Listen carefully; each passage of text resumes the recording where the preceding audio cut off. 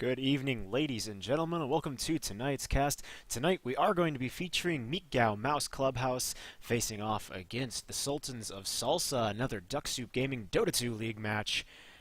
As per the usual, guys, we'll be hopping into the draft here. We are currently just a little bit on our way through this. Already, this is of course now 6.79. Oh dear lord. The meta is screaming in its sleep right now, and I think, guys, that this is going to be a lot of fun here. Not only are we going to see a Lich ban being our second ban out of the entire match, but already things are changing up. Night Stalker also getting banned out by Micgao Mouse Clubhouse. Lich and Night Stalker, of course, the two well, I'm not going to say the primary, but Night Stalker definitely one of the more prominent buffs in this previous 6.79 patch. So it's going to be interesting to see how these new changes will really affect the meta. The jungling changes, the tri-lane changes, just the fact that offlane gets that much more is going to be just that little change, and I think it's going to be interesting to see how that's going to affect this meta going forward, as we see Bounty Hunter going to be the very first pickup here from Micgao Mouse Clubhouse. Naga Siren over on the Sultan of Salsa side, and obviously we're going to see this Bounty Hunter going offlane, and now Visage being picked up as well. Oh, it's so nice to see Visage. Always nice. His early nuke capability, combine that with his ult, and all of a sudden you have just so much pushing capability, you have just that much more ganking capability early on. That's why I just love seeing Visage. He's an all-round good support, and he's just great to have on your team. Obviously, the Naga Siren pickup, net. Hey, the more nets I see, I think the happier I'm going to be about this. 10 seconds remaining. In my opinion, the Naga Siren pickup, again, the Siren song, it's always interesting to see the Siren song, because we can always have it move two ways. We can have Siren song act as initiation, or we can have it act as, well, obviously, escape. That's its two primary functions, escape and initiation. Obviously, there's hybrids of the two, and there's other crazy things that don't work as well, but generally you want to go with those two options. And that's just our early game pickups here for, well, early draft, I should say, early draft pickups for Sultans of Salsa and Micgao Mouse Clubhouse, who we've now seen multiple times, too. We've seen them earlier in the season, we've seen them preseason, so I think it's great that we're going to be seeing the Sultans of Salsa once again, and Micgao. Micgao, they're generally better at unorthodox lineups, as we can already see. I mean, they picked a Bounty Hunter and a Visage first thing. Who needs a carry? Who needs anything else? We can just get Visage and Bounty Hunter, and that will work great for us. And Micgao, they're in their prime with this. They know that this is how they function, and they do a great job of functioning in this sense. Sultans of Salsa, on the other hand, they're not quite as unorthodox, but they do have the capability to roll with unorthodox ones. Generally, they move and they try to go more for traditional lineups, or they try to go for lineups that are a little bit more safe, stable. They try to look for lineups that aren't quite greedy.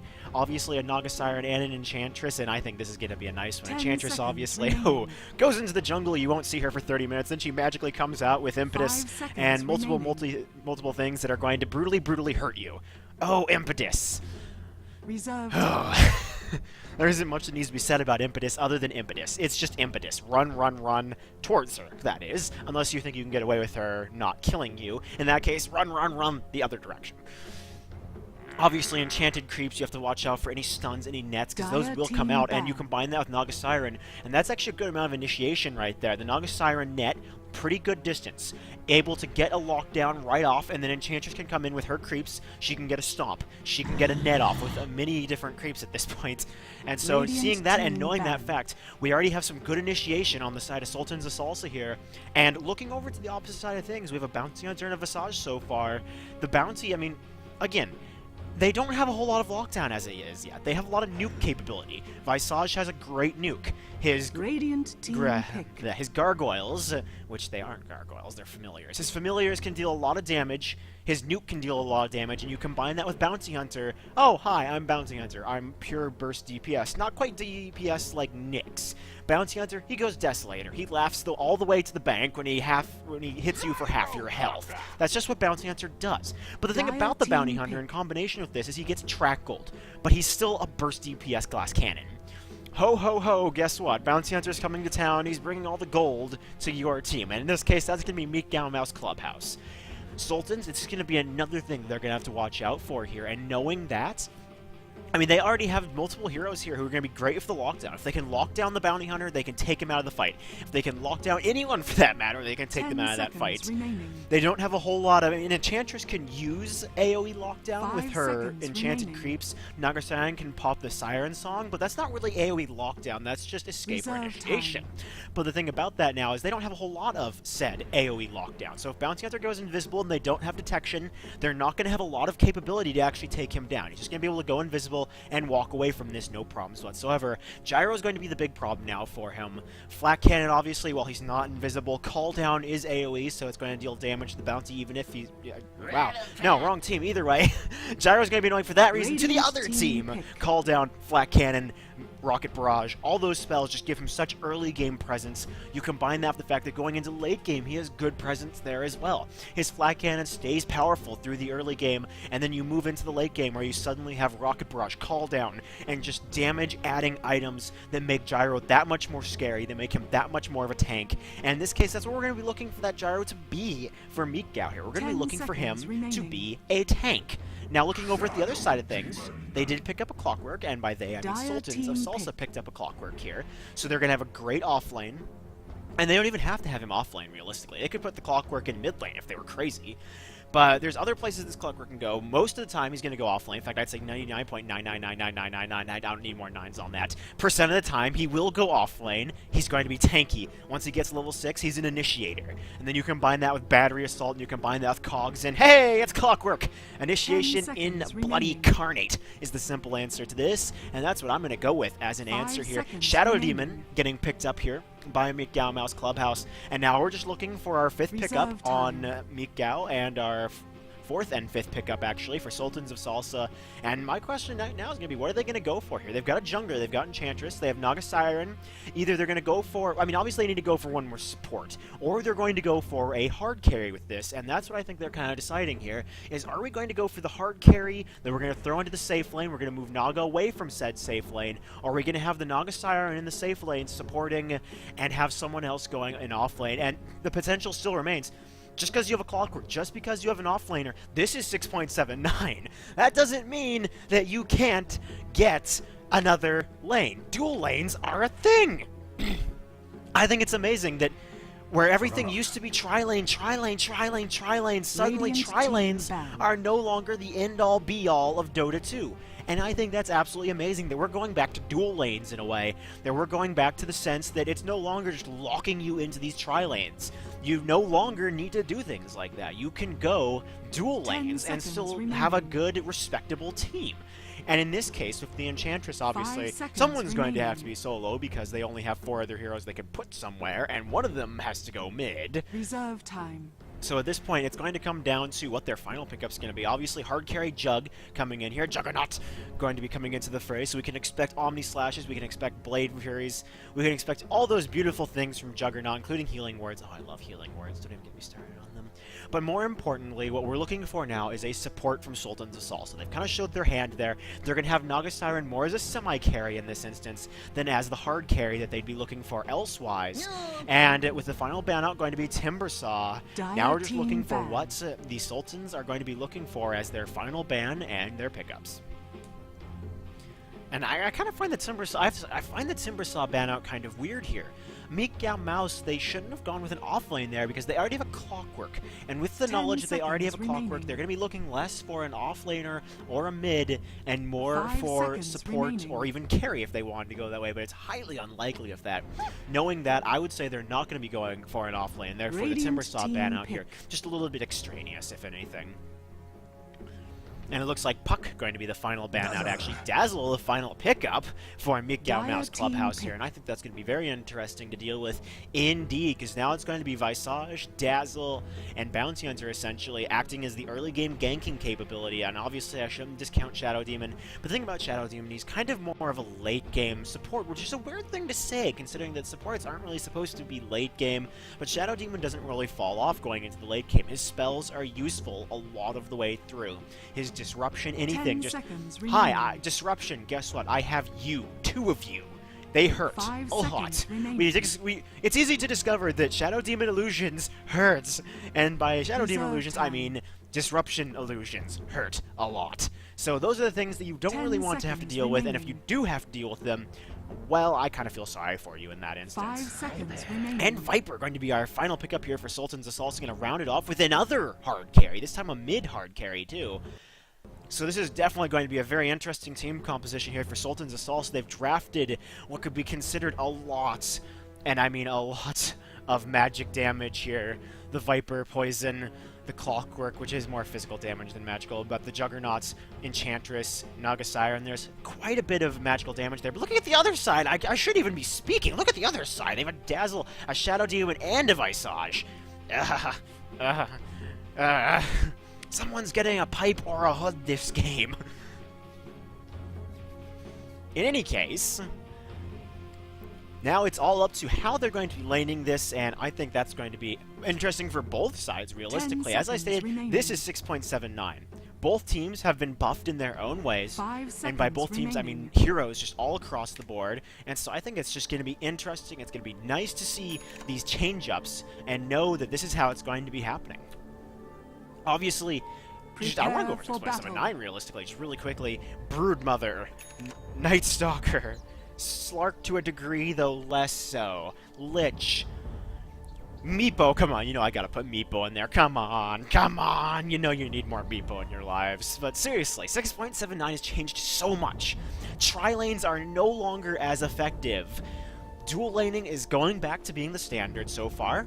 They still, I mean, they could do a tri-lane here if they were insane, but the simple answer is people are shifting away from tri-lane. The jungling changes have just done so much. The fact that this camp, the medium camp in this case, is now the small camp. That was the original small camp, guess what? That's the small camp now. They're just changing things around here, and these changes are big, because that means that the pull lane, or more correctly, the pull camp, is now a small camp. It yields less XP for the support, it yields less XP for everyone else, plus it shares XP with the enemy team. So, at this point, you might as well start arguing that why are we even stacking and pulling? We're giving free XP to the enemy offlaner as long as he's there. We're giving free XP to everyone else, essentially. And the bigger problem is you're just not getting enough from it. You have to triple stack now in order to get anything from stacking and pulling. And that's simply not worth it at this stage. It's simply not. You don't want to stack and pull anymore. You want to get better at creep equilibrium. You want to get better at maintaining your lane rather than having to stack and pull. Because if you have to stack and pull, it could end up very poorly for you. And this is being reflected quite well in this game, although to a backwards degree, as we do now have an offensive tri-lane going to be going against what appears to be a dual lane with an Enchantress right nearby, and I'm seriously going to be liking to see that, if you ask me. So we are going to see Bounty Hunter solo safe lane against a Clockwork, and that's going to be a fun one for this Bounty Hunter. He has to play it carefully once. Clockwork gets that level 6, but he has his invisibility, and the question being, is there any detection? No, just observer wards. So Bounty Hunter going to have a fun little time there, and comparatively in the top lane, it is going to be Naga Siren, Juggernaut facing off against Shadow Demon, Visage, and Dazzle all up here. They're looking for a nice early gank. Disruption comes out. Jug's going to Blade Whirl the other direction, going right on the Shadow Demon. There's so much damage. Visage taking a lot of damage. Nuke comes out from the Visage. Now the Naga Siren comes in. The net dealing all it can. He's still going to go after it. Naga Siren trying for that kill. Turns back around. Knows it's not worth it, but now he's too far in. The Dazzle going to pursue. Not going to do enough damage, so Naga Siren going to back off. Dazzle going to back off, but that is going to be an immediate first blood here for MMC. And now we do see the Enchantress coming up behind them. She does have an enchanted creep right after that. Net comes in, goes in on the Dazzle. There's the stun disruption. Nice disruption. Gonna take that Dazzle out of the fight temporarily. Now the Blade Whirl comes in, dealing so much damage. Dazzle, there's that last little bit. The Shallow Grave going to keep him alive, at least temporarily. Enchantress still pursuing, and that final hit going to get the kill. But in the meantime, another death going to go the way, and another one! Juggernaut going to get stuck out in the wrong position. He goes down, and that's certainly not what you're looking for, as the Sultans of Salsa here facing off against a tri-lane that's simply not going your way. Naga Siren already back in lane, just trying to recover this as fast as she can. And right at this point is the simple answer of, oh dear lord, you're trying to recover a lane that's already lost 3 heroes. Just this lane alone, I'm pretty sure. And in fact, that is correct. Juggernaut has died twice, and Naga Siren has already died once. Oh dear lord, that's not what you're looking for in this type of lane. It is a dual lane against an offensive tri-lane. You have to play it so carefully, or else it can backfire very, very quickly. Nice offensive lane ward coming out in the bot for Clockwork here. Going to give him just a little bit better vision against this Bounty Hunter at night, and even in between, as long as his lane is pushing out, which right now it is actually doing that. So Clockwork could have some pretty good lane vision for the time being, and I mean, for the time being, things are going to be quiet just for a few moments here. Not a Siren going to back up. Just going to give me a great moment to go over the teams here. MMC over here, tri-laning it up, offensive tri-lane anyway. Going to have Blind as their Dazzle up in the top lane. Visage played by QT3. Now going on to Agent E, or E_E if you prefer. He's going to take a lot of damage here, just falling back. Going to take even more damage from that Shadow Demon. Just that Shadow Raise. So much damage, and they are going to back off, but in the meantime, that's going to ensure them just that little bit more lane control. Monka on the Shadow Demon up in this top lane, and finally, as I already said, QT3 on Visage. Mid lane, it's going to be Stand-In Chin, going to be playing as our Gyrocopter, and down in the bot lane, THF. Many more characters. Long name is the Semblancer. Jashivka as the Bounty Hunter, back up in top lane for the Sultans, and now diving the tower, going straight for this. Visage comes in, no nuke as of yet. The disruption comes out, so much DPS. Jug in a Blade Whirl, trying to get out of here. He's going to go down. Nagasaki comes back in. Is it enough? She's running. No, she's going to get taken down. Just right-click power coming out here for the Radiant team. MMC going to press their advantage, dives right under the tower. They're going to take the creep wave away. In comes the Enchantress. Juggernaut's back. A little bit DPS heading the way of the Enchantress. No impetus as of yet, no level 6, she is level 4 and still trying to get up there. And in the meantime, keeping it pretty equal with this offensive trialing, but because of the kills they've gotten, they're staying equal with a jungling Enchantress who just got brutally murdered. Nature's Intended's not going to save her, and her passive evasion, no, Untouchable not going to save her this day. Instead, going to backfire immensely, and things not really going to go her way here. While in the meantime, Juggernaut and Naga going to get a little bit of a break here while they can sit under tower, which has already been dived multiple times, and at least farm for the time being.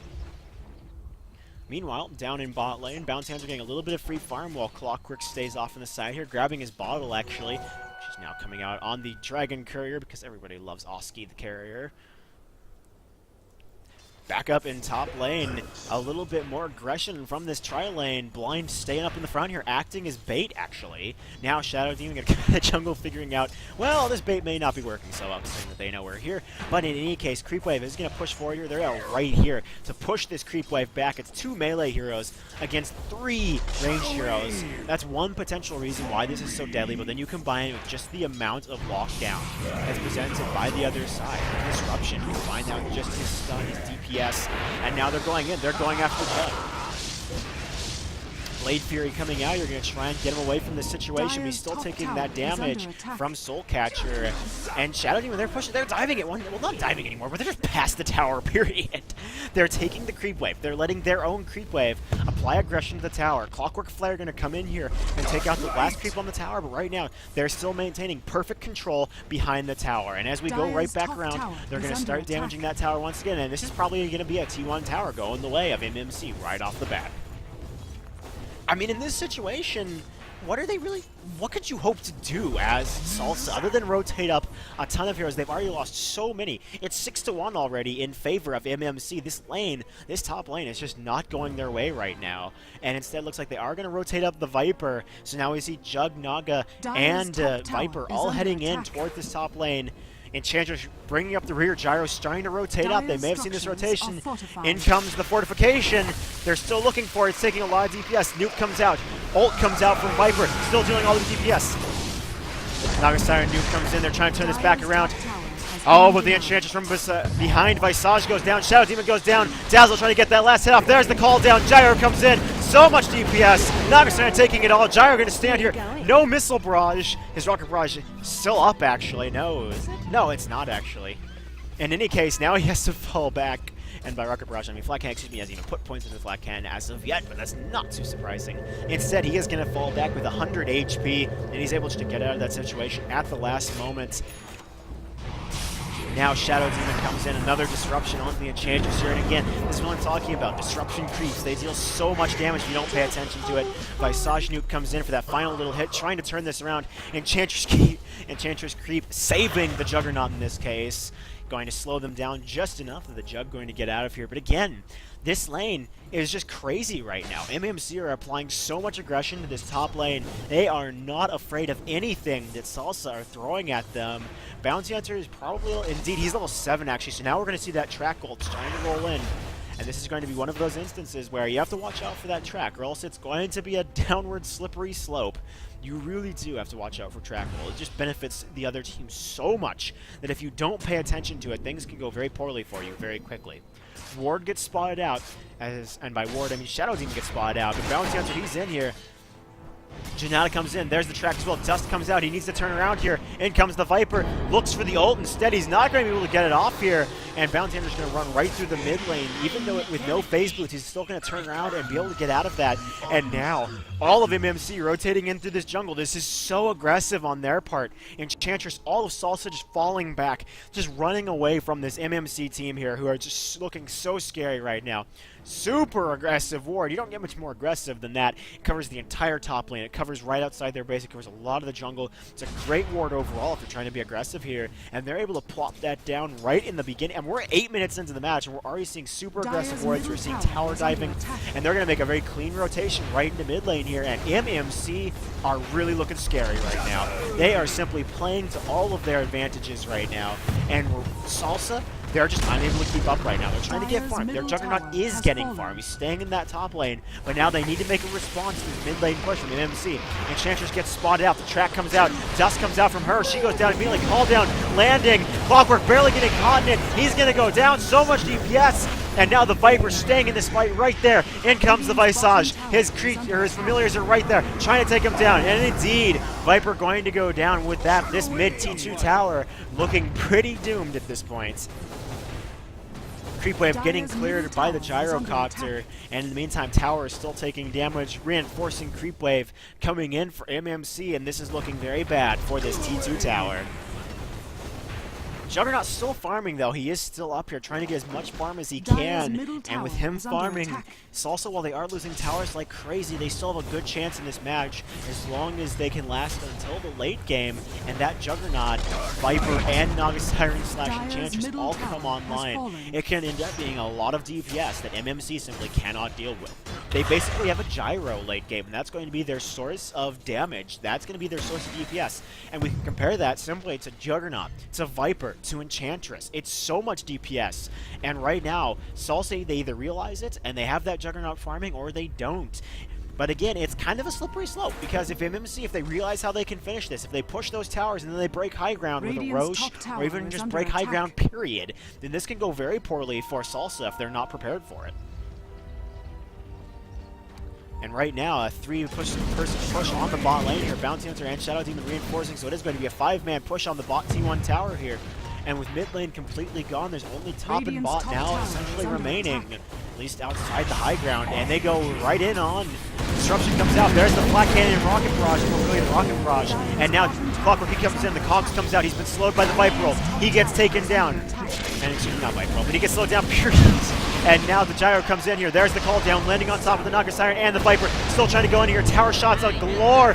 Shallow Grave comes out. The Gyro will be enough. Yes, it will. He survives with 3 HP. Visage still trying to go in here. Nuke comes in. Naga Siren not going to go down. Turning this back around. There's the Clockwork of the Cogs. Bounty Hunter barely getting past the Cogs there, but now he's isolated. Visage taking damage, trying to run out from under the tower. Clockwork comes in. No ult, but it doesn't even matter. The tower going to get that final hit on the Visage. T1 tower still alive, but taking damage. Dazzle here looking to finish it off, and no, he's going to TP out, leaving it to the catapult with 80 HP left. That tower going to get denied by Salsa. Top tower is under attack. Even though they lost a T1 tower in that engagement, I have to say that Salsa, they were able to at least hold back MMC. They were able to defeat their push. They were able to stop them from pushing down that T2. In fact, before that tower even started pushing, they were able to stop it. And in the meantime, while they did get denied in the top lane, they were still able to push down that T1 tower and at least get a little bit of gold back from that push. So overall, Sultans to Salsa trying to turn this around, trying to make whatever advantage they can. Right now, they need to get back in control of the tempo of this match. But at the same time, they just need to keep farming. If they can keep up that farm on their carries, if they can keep their carries getting gold, getting XP, then the farther we go in this game, the more dangerous it's going to be looking for MMC. Radiant's Familiars bottom in the tower is under trees attack. for Visage getting spotted out by the Clockwork. Now going to come in and start clearing the creeps of that wave. And the tower, it did take some damage. It's already down about a third of its health. So Salsa's still doing some work here. They were able to push on to MMC territory here, and now it's all up to being able to defend their territory. And if they can keep that up, they're going to be in an okay position. And right now, top lane is getting pushed in by MMC. Looking to go towards that T2 tower. Bounty Hunter and Shadow Demon clearing out of this wave. Now Shadow Demon TPing bot too as they go in for the engagement here. Viper comes out with his nuke immediately. He goes down. In comes the Visage. There's so much DPS, but now Impetus on the Enchantress. Shallow Grave comes out. Looks like he died anyway. Or no, the disruption, excuse me, is right on him there. Visage still back in. He's so low on HP. He has to play this so carefully. And it looks like they do back up with a Viper and Enchantress already down. Clockwork going to throw out a flare. And it does! It hits the Visage. Kill guaranteed there. Nicely done by that Clockwork. And just get them that one kill, making it a 2-for-1 engagement for the Sultans of Salsa here. Not exactly what they're looking for, especially while their top lane is getting pushed in here by MMC, who are just showing that they know what the word split push mean, even though that's probably 2 words and not one to begin with. In any case, Naga Siren down here trying to get whatever farm she can, Juggernaut up top getting whatever farm he can, and this is certainly turning into a game right now where both sides are just looking to snatch whatever farm they can, or I should say Sultans of Salsa are looking to snatch whatever farm they can, whereas MMC, while they are looking to snatch whatever farm they can, they're looking more for 5-man pushes right now. They're looking more for towers that can be easily taken down, or they are looking for split push possibilities, such as we saw recently with them pushing this bot lane.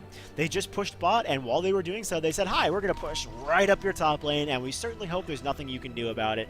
And the Jugs did go and respond, and because the lane got pushed, and he got just that little bit more farm. And this is one of those instances. It's kind of a risk versus benefit kind of situation. I will admit that map control is good in every instance possible. You want map vision control, period. If you don't want that, well, you're probably doing something wrong at the moment. But the simple answer is when you push in lanes, it also opens up areas that their carries can farm. In this instance, when all the T2 towers are gone and you're pushing in lanes, well, that's great, because that means you also cut off their jungle, because you generally have vision of the top area. You're going to be able to see if anyone tries to come in through either of these 2 routes. And so you're going to be able to cut them off from their jungle, cut them off from potential farm. But when the T2 tower is still there and you're pushing in lanes, you're not going to be able to do that. So any carry can still go farm the jungle if he feels safe. But this is also that instance where that's what this offensive ward covered. It covered being able to see them going into the jungle. It is about to wear off, so that vision's going to be gone. But Enchantress, in the meantime, gets caught out. There's that beautiful track gold I was talking about. Gotta watch out for that. Naga Siren Song coming in for the first initiation, and then they decide, oh, maybe not the best idea. They're going to back out because MMC, they're looking scary right now. They're 5-manning a T2 tower. And indeed, it's going to drop like a rock. In fact, like a rock might be an understatement for how quickly that tower just dropped. And now the creep wave going to push in here towards the T3 tower, no less. Gyrocopter staying in support. Standing right nearby, going to back off though, and could they be looking to Roche? Visage going to be heading in here, Shadow Demon right behind, and indeed, immediately the spell barrier on Roche going to get popped, and they're going to 4-man this. Gyro coming in the rear, and they did have an Sultans of Salsa had a nice warrior that covered the vision up to it. Flare shot comes out. Salsa going to realize what's going on here. Jug leading the charge. Now Siren following up. Siren Song is down. Impetus up on the Enchantress, and in goes the Jug. Disruption actually catching him out at the last moment. Not able to get his Omni Slash off. Now he goes in. He gets it off. But is it enough DPS? There's a lot from this. They're still trying this. The call down comes in. So much. Clockwork. He's still alive. Barely goes down. The Visage able to kill confirmed there. Viper taking damage. He goes down. Enchantress falling back. Bounty Hunter right here. Sees the Enchantress. But the Centaur comes out. The Impetus. Final DPS needed. Bounty Hunter goes down. But in the meantime, Roche gonna get taken down. Aegis coming out. And did it? It did. God, I don't know why I didn't see that. And in the meantime, Rocket slash Dazzle in this case. Dazzle actually getting the last hit off here. Going to get the kill confirmed on Enchantress. And that is a 4-for-2 plus Roshan trade for MMC and suddenly Overlord. This high ground is not looking so hard to break for the next 10 seconds. They're going to go right up on the high ground. They're going to start doing that DPS. And with Aegis, they're not leaving until either they've got a Rax or that Aegis has been popped. Flare shot coming in, but Dazzle and his lovely healing capabilities going to reverse that immediately. Viper comes in. Nuke comes in on the gyro, they turn right back around, and it looks like they're not actually looking for an engagement on the high ground. Even with the Roshan Aegis here, they're not feeling too confident about their abilities to go a 5v5 right now on the high ground. Radiant's And to be top fair, it tower is only the is under 17-minute mark. Generally, no one feels that safe trying to push high ground this early on, and the gyro gets left behind a little bit here, and by a little bit, I mean brutally left behind. He's going to drop like a rock. Visage comes in, following it up, and now he gets caught as well. He pops mech, but is it going to be enough? Just so much DPS. That shallow grave, the saving shallow grave, will it be enough? It gives it enough that Visage is able to get his final nuke off. He goes down, but in the meantime, Dazzle goes down as well. Shadow Demon trying to fall back here. The stun comes out from the Gargoyle, and more quickly the Familiar from Visage, but it's simply not enough. And indeed, that is a 3-person loss there for 3v2. Plus, it opened up for MMC to push high ground, and it dealt a significant amount of damage to this T3 tower up on the high ground. So this is one of those situations I have to look at as a caster and simply say right now that MMC is controlling this early game. I don't even need to say anything else. They are just controlling this early game. But as I covered earlier, Sultans of Salsa, they have so much capability to come back in the late game. They just need to survive until the late game. And once they do that, they can suddenly be a hell of a lot more scary than they are right now. It's just a matter of getting to said late game. Right now, MMC are doing a great job of maintaining map control. This ward is about to expire. This ward is only about halfway through its life, but it doesn't give offensive vision, it only gives secret shop vision. That's what it's good for. They've got a very defensive jungle ward here. Usually I don't like seeing this ward. That either indicates that you've lost all of your T2 towers, or you're simply feeling so unsafe that you don't even feel safe standing at your large camp in your jungle, which is only barely covered by this ward anyway. The point being is, this ward on a defensive standpoint, it's generally better to place the ward. I mean, just here, generally better to place the ward here. It's just more of an offensive ward.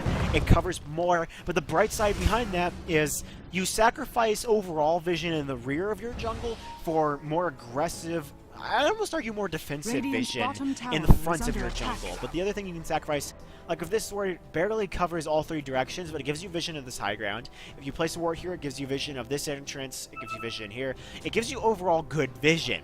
The argument about it, though, is simply that if you place a more defensive ward, it gives you better defensive capabilities than more offensive wards like that. That's just my opinion, however. I always feel that defensive wards overall are a little bit less effective than semi-defensive wards overall. In any case, track gold is brutal. 10,000 gold advantage. Besides the fact that MMC has only lost a single tower. Bot T1 already pretty low on health. Top T1 obviously gone. But they have a 10,000 gold advantage, a 7.5k XP advantage. And they are controlling this early game. But right now, we're starting to go away from said early game. And this is where things are going to start looking a little bit more scary for MMC. If it hasn't already, for that matter. They're currently pushing top lane. Shadow Demon going to disrupt himself, and a pause actually coming out here from the Dazzle. Apparently, phone call at the most awkward time possible. This is Dotos. You just push that phone and tell it to shut the fuck up. Don't you answer that phone unless it's the IRS, in which case answer that phone. But that's beside the point. In any case right now, I'm liking what I'm seeing here, and 6.79 has definitely changed up the game in an interesting way. It does dissuade tri-lanes most of the time. However, offensive tri-lanes aren't really counted in that. Offensive tri-lanes, they'll benefit from any stacking and pulling that happens, if it happens, obviously. And in this case, offensive tri-lane did happen, and it's worked out very, very effectively for MMC. They drafted a more greedy-oriented team, or more clearly, they... Excuse me, not greedy, what I mean. They drafted a more offensive-oriented team, and they went and rolled with that, and I think so far it's working out very well for them, but this is one of the situations where they need to be able to end this game before the 30-minute mark. If this goes on past the 40-minute mark, the amount of DPS, damage, carry potential on Sultans of Salsa will suddenly become that much more scary. And 6.79 in this case made a lot of changes to a lot of these heroes that we're seeing right now, but overall, most of them were not that big. It's not like we're seeing Night Stalker, Slark, Broodmother, Lich, is under attack. Anything like that. So we are seeing changes on these heroes, but none of them are effectively changing the game all too much. And now this is Sultans is also doing a great job of defending this right now, trying to make this happen to the best of their ability, staying on their T2 tower. They want to defend this single T2 tower. It is their gateway to their jungle, and if they don't maintain the gateway to their jungle, suddenly they're not going to have a lot of fun when their carries can no longer get said farm. In any case, Gyro in the meantime trying to get as much farm as he can in the rear lanes while the pushing side of the team is up here trying to make whatever they can happen. And now in comes the Omni Slash from Jug, bouncing around the map crazily. Clockwork goes down, he Blade Furies away, trying to get back. Instead he goes after the Bounty Hunter. The Amplifier, yes, just yes, period. And Enchantress turns his back around. The Impetus no longer effective. Stun comes in. There's the Shuriken from Bounty Hunter. Track comes down. Enchantress drops like a rock. The call down comes in from Gyro. Viper getting caught out. He tries to TP out. It's not good enough. He goes down. And now this is looking brutal. MMC, they're going to push high ground here. Juggernaut the only one defending, but the only one left to defend right now. Blade freeing back. T3 tower taking damage. And dear Lord, not a good time to be Sultans of Salsa right now, as their T3 tower is dropping. Racks are going down, and the question now is, are we going to see a GG call in the next few moments? With this in mind, this is just brutality at this moment. You have to think about this, like, what can the Sultans really do now? They have just lost a T3 tower. They have lost a Rax. That entire lane is just doomed now. And the answer is they're going to pop a Siren Song. They're going to try and make something happen out of this. Visage looking like he's not about to have a very good time. But that Gargoyle drop was beautiful. The call down. What? How is this even possible? The Clockwork Cogs. This is insane. The Enchantress still alive here, but he goes, Clockwork goes down, Juggernaut goes down, Enchantress goes down, Naga's Siren goes down, and we almost have another full team wipe here. MMC about to go for Throne. There isn't really a way that you can categorize that other than pure and utter brutality on the part of MMC. They drafted such a more aggressive team. They played to its strengths, and now they're just here trolling all day long. And actually, they are TPing out there, not going for Throne. They're just going to clear all of the structures, and it looks like Dazzle going to be heading top lane and start pushing this out. Gyrocopter and Visage rotating out of the mid lane here and bouncing into rotating bot. They're just going to go and split push now. In any case, that was great for MMC. They pushed high ground. They got a Rax out of this, and that's going to give them a permanent benefit to this pushing capability. Mid lane is going to permanently push in now. That's one thing they're not going to have to worry about. Top lane is still what they're looking to deal with right now. If they can deal with top lane, it's going to be that much more effective for MMC. Because again, it'll cut off the gateway to the jungle for Sultans of Salsa. It'll give them just that little bit less vision. It'll give them just that little bit less map control, and that's exactly what MMC are looking for right now. They are degrading the map control of Sultans of Salsa step by step. Every time you kill a tower, that's exactly what you're doing. Plus, you know, you're giving yourselves a ton of gold. They have almost 17,000 gold advantage, a 16,000 XP advantage, and they are just pressing that brutally, absolutely brutally. Net worth for Gyrocopter and fellows is just through the roof right now. And this is one of those instances where the gold graph isn't even starting to recover yet. It hasn't started turning around at any one point in the match. And you have to look at that as Sultans of Salsa and realize right now that you're not out-farming the enemy team. And realistically, if Sultans of Salsa are incapable of out-farming the enemy team in this instance, that's not going to be too good for them. This is one of those instances I should also point out that we don't exactly get to know what time the Roshan respawns at. This is their new timer. It's a little stylized, to say the least. Don't even ask me how to read it, because I couldn't tell you how to read it right now.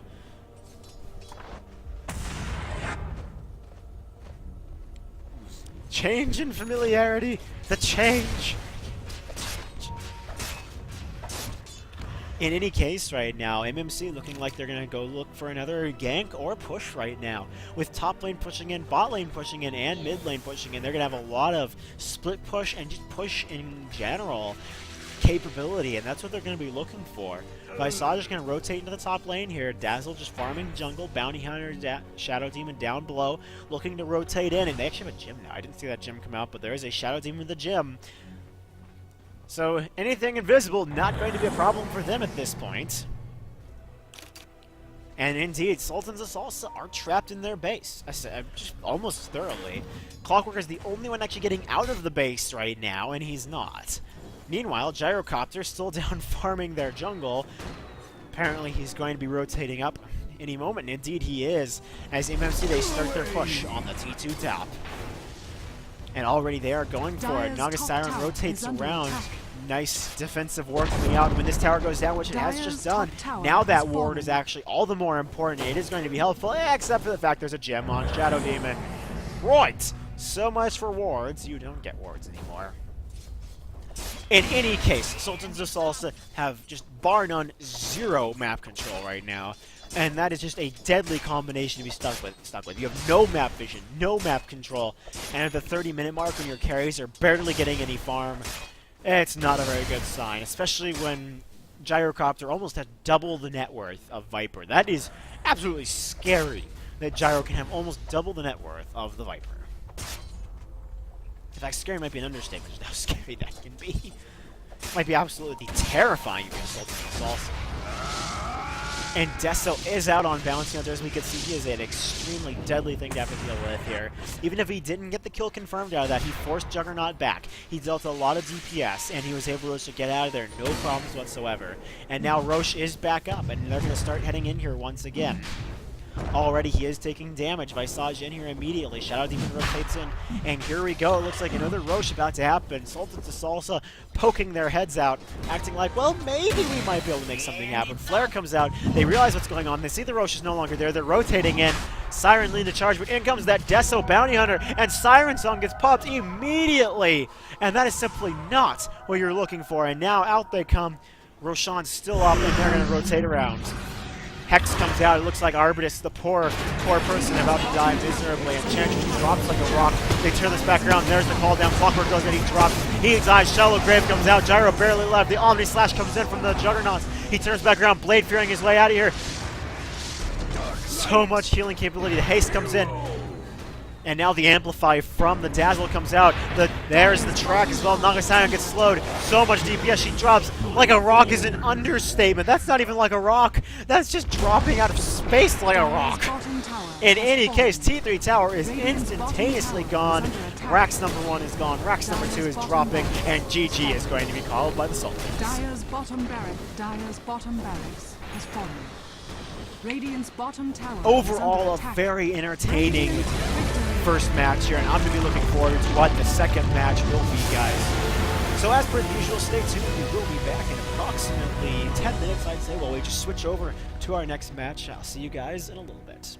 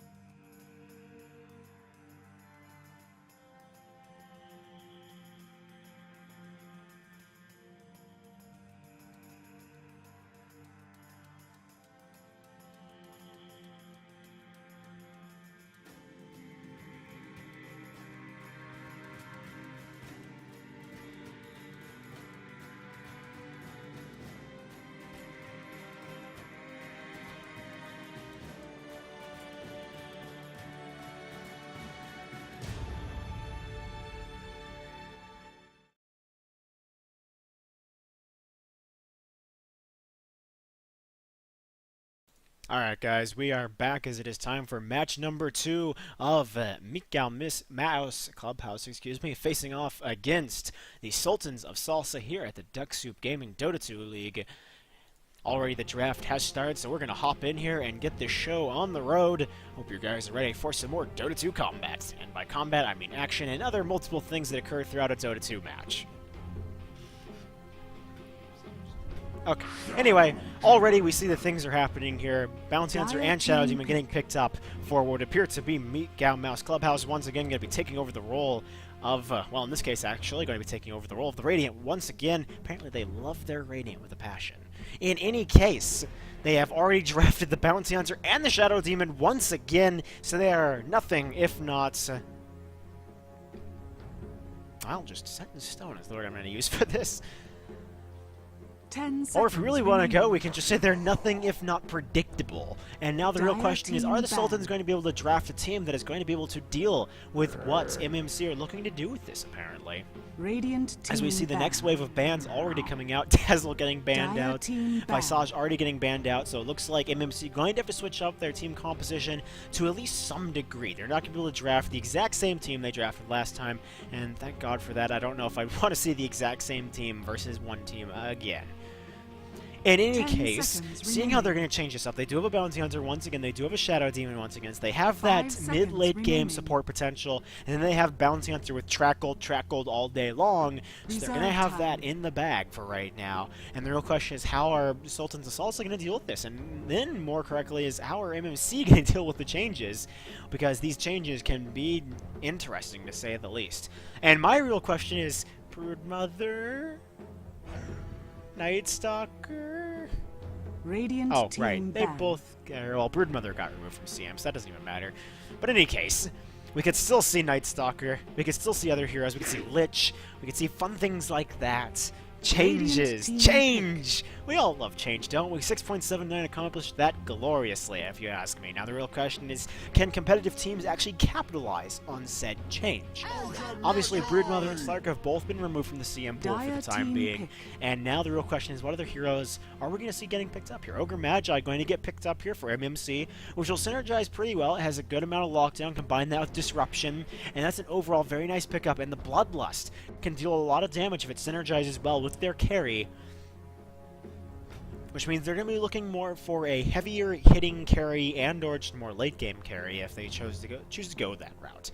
And the question is, more or less, are they going to choose to go that route? Last game they didn't really have, I mean, they had Gyrocopter, but they weren't looking to capitalize on that Gyrocopter as being a late game carry. They were looking more to capitalize on the Gyrocopter's early game push capability, which they did beautifully.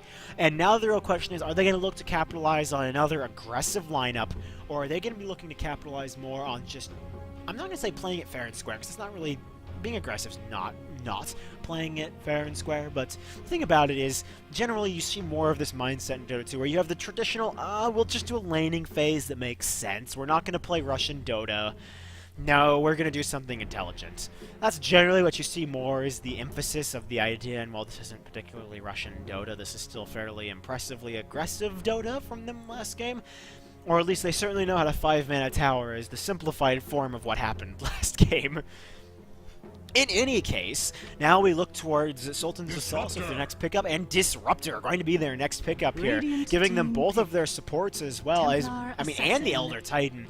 So they have mid potential or off lane. We have seen them try to off lane Elder Titan before, but as we know, the more likely option here is going to be throwing that Elder Titan mid, and now it's going to be a counter pickup of Templar Assassin. It is very unlikely to see the TA go anywhere but mid, for that matter, and so we're going to see an Elder Titan facing off against a TA, or an Elder Titan off lane, which could always happen, especially if these dual lanes. Dual laning it with Elder Titan off lane makes a little bit more sense, but again, it's going to depend how they want to play with this, because they have no Tricor at the moment, actually, so that's not what they're really looking for, whereas we already see MMC with said Tricor. Reserve time. And oh dear, now what are we going to see up as our fourth pickup for Sultans of Salsa to try and counteract what's going on here? Because right now, MMC only needs one thing and one thing only, and that is a hard carry. Something to tie together this entire team and make it just that little bit more scary than it already is, and by that little bit more scary, I mean that little bit more incredibly scary. And so far, no hard carry as of yet. They're going to ban out the Viper, actually, so they don't want to see the Viper. A nice little peaceful ban out there. We don't want to see the Viper. You can't have him. In any case, it looks like Sultans of Salsa also kind of looking for the same thing. They could roll Bristleback as their hard carry if they were crazy, but thankfully I don't think they're that crazy. Remaining. In any case, they are looking for the final ban out. Alki going to be the final ban out, giving the first pick to MMC here. And now, what will be their hard carry, or are we going to see another aggressive-looking team? And looking at this with the TA already picked out, I'd be hoping they go more for a passive game, more quickly a little bit more of a late game than an early game aggressive. And it's all going to depend up on this pickup reality. 10 seconds remaining. Funny note, MMC has not used a single second of bonus time. Remaining. And they kept that. They haven't used a single second of bonus time at all. Pick. And Tiny is going to be their final pickup here. And that is overall going to be a lot of fun to see. Oh dear, indeed. And so MMC, they are going to be going more for an aggressive style lineup. They're not really looking to take this late game, because even late game, TA can deal a lot of damage, but TA is no Phantom Assassin. TA is no Spectre. TA is not one of those carries who goes ultra late game and then just massacres anything she touches. No, TA is more of the mid-game, early game style carry, and now they throw in the Tiny on top of that. Tiny can be a great carry late game, but we've seen less and less of that as the meta has gone and evolved. And so now we're looking more for an early game aggressive once again from MMC here, and it's going to be up to Sultans of Salsa to see what they can do to counteract this. They have a fairly good amount of counter push already. The Jakiro Ice Path, combine that with anything from Disruptor, period, for that matter. Kinetic Field, Static Storm, it's all great counter push. And on top of that, you have Bristleback, no less. Bristleback is just, okay. There's a reason why when you have a Bristleback on the enemy team, there's the statement of don't chase him. And I'll allow you to guess why you don't chase Bristleback. Herp de fucking derp. In any case, DK going to be their final pickup, which will also give them their hard carry. Because I only needed to say hard one time, but who cares? I'll say it 17 times. In any case, DK going to be their final pickup, and now we look to go into the match.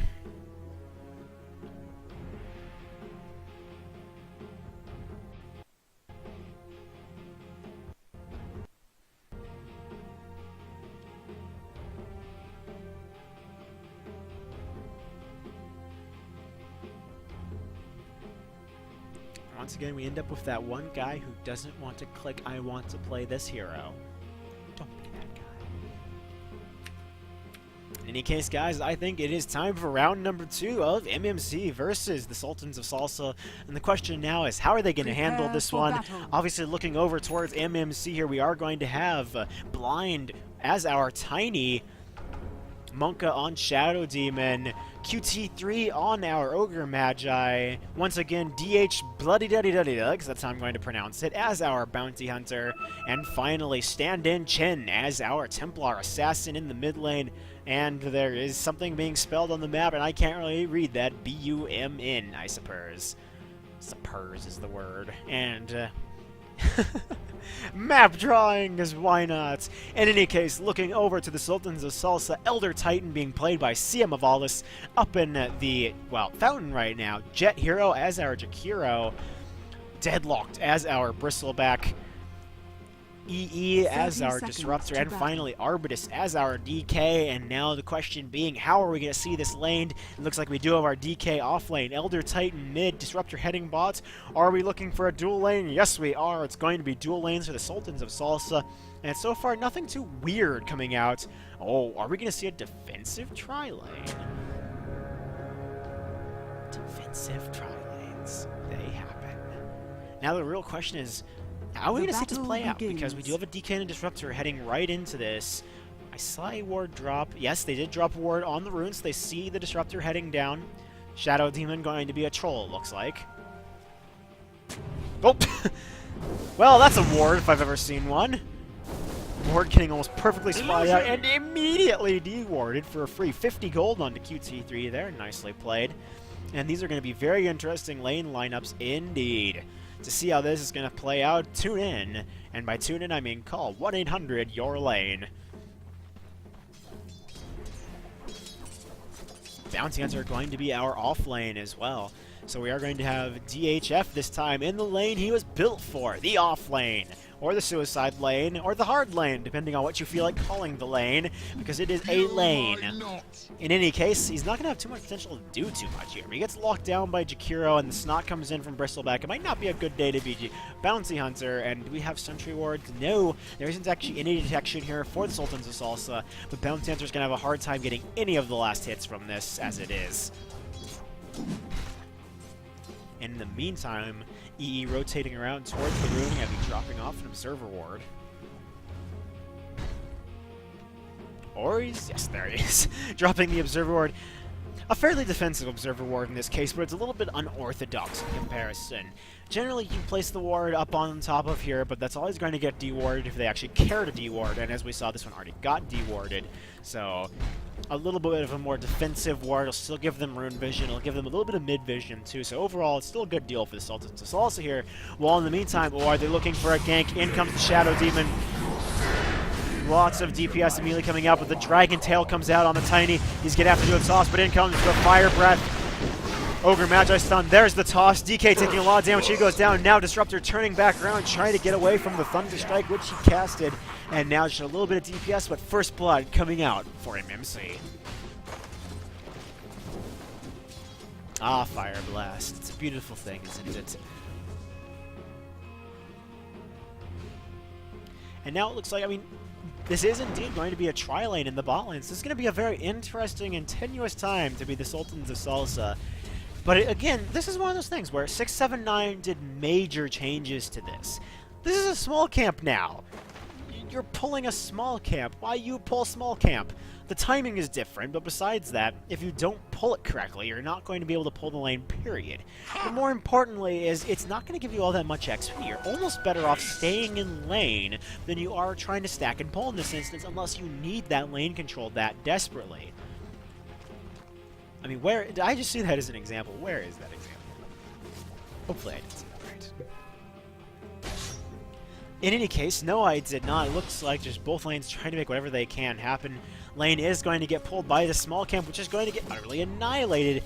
But, oh, he's trying to chain pull it. Is he going to succeed at chain pulling it? This could actually turn this around. No! He's just a little bit too late on the chain pull. It's going to get screwed up, and instead they're going to turn this back around as DK and Disruptor come on in here. And they're looking to make something happen here. In comes the Fire Blast. Goes off onto Disruptor. No disruption as of yet, but there is a Soul Catcher coming out. So much DPS on the Disruptor, trying to run away from this. DK still chasing the Shadow Demon right there. Nice body block from the DK, and Shadow Demon gets tossed in. Beautiful toss from the Tiny. Kill confirmed on the Disruptor, and DK gonna get disrupted just for that last little hit. And another kill for this bot tri-lane in favor of MMC, while in the meantime, top lane, Bounty Hunter still trying to deal with this Bristleback, who's already becoming just that much of a pain in the ass for them. It is worth pointing out that the Bristleback is almost level 5 at this point, and Ogre Magi has only just made his level 3.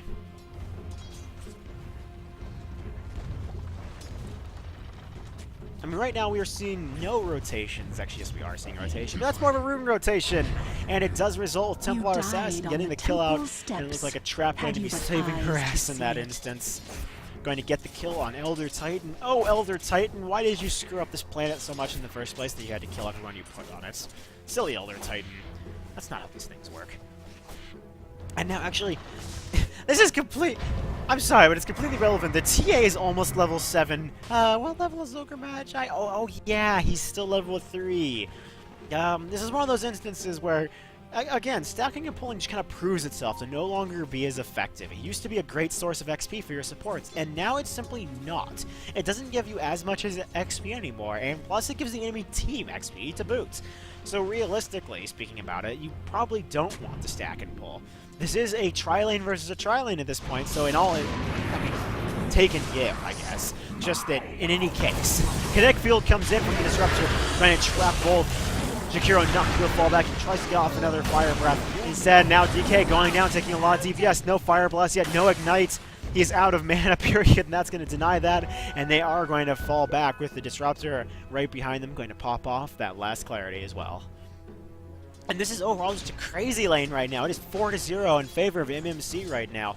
And if you are Sultans of Salsa right now, this is a scary thing. It truly is. And TA, again, winning this mid lane now like crazy, pushing Elder Titan out. No room at all for this Elder Titan. Up in the top lane, Bristleback is going to be their single saving grace, and he's not even getting that much more XP than the Bounty Hunter right now. Bristleback, the saving grace of the Sultans of Salsa right now. This is the one lane that is actually going their way as it stands. Ice Path comes out from the Jakiro. Tiny gets caught in it. In comes the DK, trying to make whatever he can happen, and instead, not much is going to happen. Disruption comes out onto the Tiny, just a few more illusions, turns back around, the lane is still pushing. Nice offensive ward comes out from the Sultans, going to give them just that little bit more vision in the jungle. Oh. These couriers! I don't play Dota 2 for cute couriers, damn it, stop giving me cute couriers! In any case, back mid, TA pushing that aggression mid, going to go right up against this Elder Titan, no fear whatsoever. And this was instances where, arguably, Elder Titan would do better off lane than he would mid lane in this instance, because that gives him more capability just to say hi to the enemy team. He throws out his Spirit Form, he gets that damage, then he comes in and just wrecks creeps days. And that gives him that XP he needs, plus he's rather tanky. I mean, DK is very tanky, period, because of Dragon Blood, so that's not really an issue for him. Now up in the top lane, Bounty Hunter gonna have to really start playing against this Bristleback here. Invisibility coming out, no detection from the Bristlebacks, it's not gonna be an issue. But this is one of those instances where Bounty Hunter is getting forced out of lane. He is incredibly low on health, he's not gonna be able to stay in lane, whereas Bristleback can stay in lane very safely. As I said, he is the one saving grace right now for the Sultans, while in the meantime, down bot, Arbitrus is going to get taken down. Bloodlust comes out from the Ogre Magi on the Tiny here, and they're going to turn right back around. Ice Path, a beautiful Ice Path, catching two. Disruptor comes in, there's the Fire Breath, the Ignite comes in right behind it. Now Disruptor taking damage, there's the Kinetic Field, going to catch two. Ogre Magi tries chasing, not going to happen. DK comes in, there's the Dragon Tail going on the Ogre Magi, turns back around, the Ice Path, missing both of them. A nice sidestep by the Shadow Demon. They're going to barely avoid that. Meanwhile, up in the top lane, Bristleback still running away with the farm right now. He's now level 8. The only person keeping up with him right now going to be that TA, who is... where? TA is dead, actually. TA is dead, actually. It's a bad day when I have to say, where the hell is a hero, and then realize she's dead. She's dead, Captain. And it looks like that was why, until Bounty Hunter had something to say about that. Oh, Bounty, your rotations confuse me sometimes. But in any case, that is a level 8 Bounty, so we can expect to see more Trek, more Death, and more Bounty. Period. And now the Fire Breath comes in once again for DK, doing just that little bit of damage to Tiny, who's mostly going to ignore it anyway, just because he's Tiny. Ah, craggy exterior, which you don't take shift points in yet. Now TA back mid here, going to start pushing down this mid tower. Bounty Hunter rotating through mid towards the bot lane. A TPN through the bot lane. Lots of DPS. Kinetic Field comes out, not catching anyone. Tiny taking a lot of damage. The Orb chasing him, taking a lot of damage. By chasing him, I mean he's going to go down anyway. But now they come in. Fire Breath comes in. Disruptor taking a lot of damage. Ogre Magi was pursuing, but DK very deep in here. Gets caught out. There's the Soul Catcher. Kinetic Field comes in. Nice toss, able to take down the Disruptor. And now DK trying to run away, will get taken down. Ogre Magi going on the Jakiro here. Jet Hero trying to get out of here with a DPS. Bounty Hunter is here. He gets caught. He gets hit by the World Splitter. And now Jakiro's still here. He goes down finally to the Ogre Magi. Elder Titan. Back up, Elder Titan. This is not a good time to be in enemy territory. TA in the meantime, she pushed mid T1. Now she's pushing mid T2. DK comes in, but that... just... that refraction says nope to that. In comes the Elder Titan doing just that 120 damage. Do they have invis detection? I don't think they have invis detection. The Disruptor, no, the Disruptor, he actually gets caught. The Disruptor dies. That's brutal. Now DK dies. A double kill for TA. Meld is up. She can meld as she's going to, but the Elder Titan Spirit Form going to take her down, and now Bounty Hunter comes in, Track comes in, as well as the Janata, but simply not going to do anything while the Courier runs. What is the Courier doing? Okay, the Courier was going to the secret shop apparently, and they decided, well, Courier, there's a Bounty Hunter there. Don't go there. Which is a pretty good idea if you ask me. In general, you like your Courier living. Oh, Bristleback. Bristleback is trying to be scary.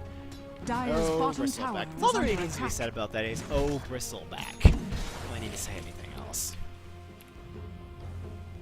Bristleback only 2 levels behind the highest level right now. Just staying up there, and now Tiny gonna get taken down. Ogre Magi still right here, able to TP out. Barely getting away from an angry Sultan of Salsa team who want a little bit of revenge for their bot lane just getting brutally massacred. And in the meantime, Bristleback having to deal with a TA here. He's trying to, he's gonna get power treads actually, running away as fast as he can. In comes the Disruptor. Oh, everybody loves getting glimpsed. Even a TA loves getting glimpsed. In any case, it's just going to give her more capability to sit here and push the lane, which she's going to happily do. If you're a TA and you have a choice to chase after them fruitlessly and or just push the lane, I think you get the idea of what this decision is made of. Now Bristleback is here, Disruption comes out, they'll start taking a little bit more damage. TA right here, that crit so brutal. Bristleback drops like a rock, and he was the most effective factor for the Sultans right here, and he's now dead. DK is here, he's starting to take damage. That TA, another crit from TA, so much DPS. Refraction holding off the tower shots. She takes damage herself. Bloodlust comes in. She focuses the tower. Tower shots just taking it like a pro. Refocuses onto the creeps, and now this T1 top tower going down. And what is Elder Titan here to do? We're going to see a world splitter. Will it be effective? Well, probably not. We had, you know, the entire thing to see it coming. A nice sleep from the Elder Titan that runs the opposite direction, but the wake up happens, and now, boom, in comes the Shadow Demon, in comes the TA, and it's just brutal. This TA is running away in this early game, just absolutely running away with the kills here. This TA is 5-2 right now. She is simply running away with the kills and being happy about it as we start seeing the 5-mans coming out from MMC. They were a little less effective in the early game, but right now they're starting to get effective, and they're going to start pushing down towers. In fact, they've already been pushing down towers. I should just rephrase that. They're here to take names and chew bubble gum. Radiant's middle tower is under attack. Dire's Sultan's bottom very, tower is very